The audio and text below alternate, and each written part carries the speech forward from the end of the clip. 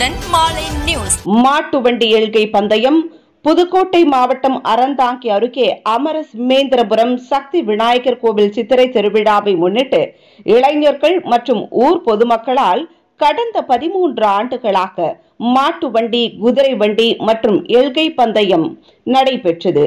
இதில் காலையில் பெரிய மாடு, கரிச்சான் மாடு, நடுகுதிரை என 3 பிரிவுகளாக இப்போட்டிகள் நடைபெற்றது.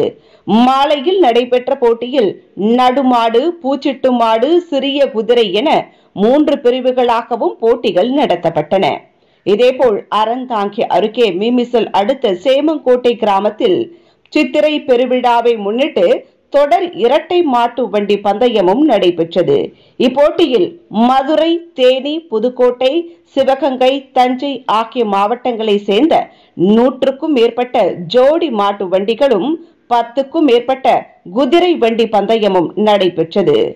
மாட்டு வண்டி ஜோடிகள் 4 கால் பாய்ச்சலில் போட்டி போட்டுக் கொண்டு துள்ளி குதித்து ஒன்றை ஒன்று முந்திச் சென்றது பார்வையாளர்களின் கண்களுக்கு விருந்தாக அமைந்தது.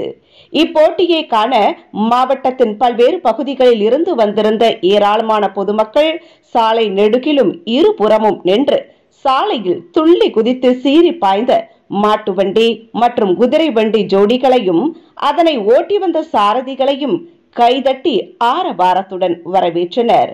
போட்டியில் முதல் 3 இடங்களை பிடித்த மாட்டு வண்டி உரிமையாளர்களுக்கு ரொக்க பரிசும் கோப்பையும் வழங்கப்பட்டது.